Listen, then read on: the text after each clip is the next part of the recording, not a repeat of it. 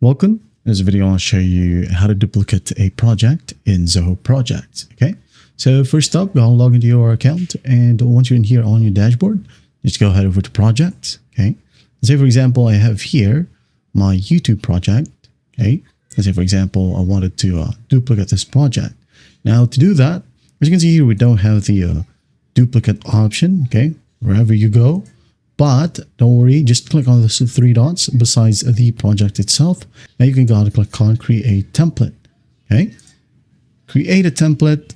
Now give it a name. For example, template YT project. Now go ahead and choose from projects. Okay, if you have a list in here, don't worry, you'll have a drop down and select the specific project that you wanted to copy or duplicate.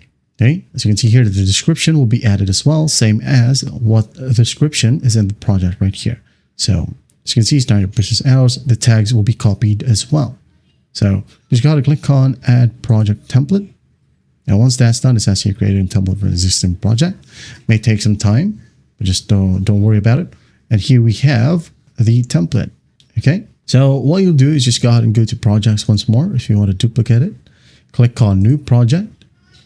Now select project templates from this tab, and here we have the template YT project. Now go ahead and click on use template. There you go.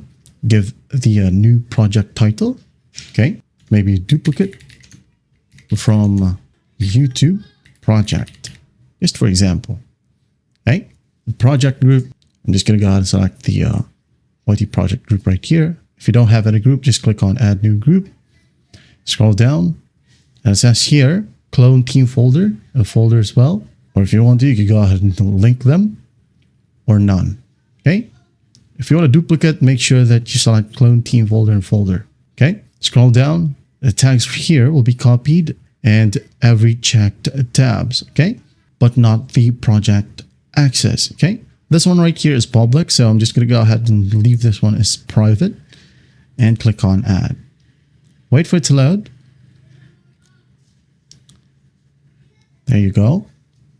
And as you can see, we are now under the new project that got the same settings. Okay. And by using this, all the data like milestones, task lists, tasks, documents, etc. will be added to the new project as well. And there you have it. Well, I hope this video helps, and I'll see you in the next one.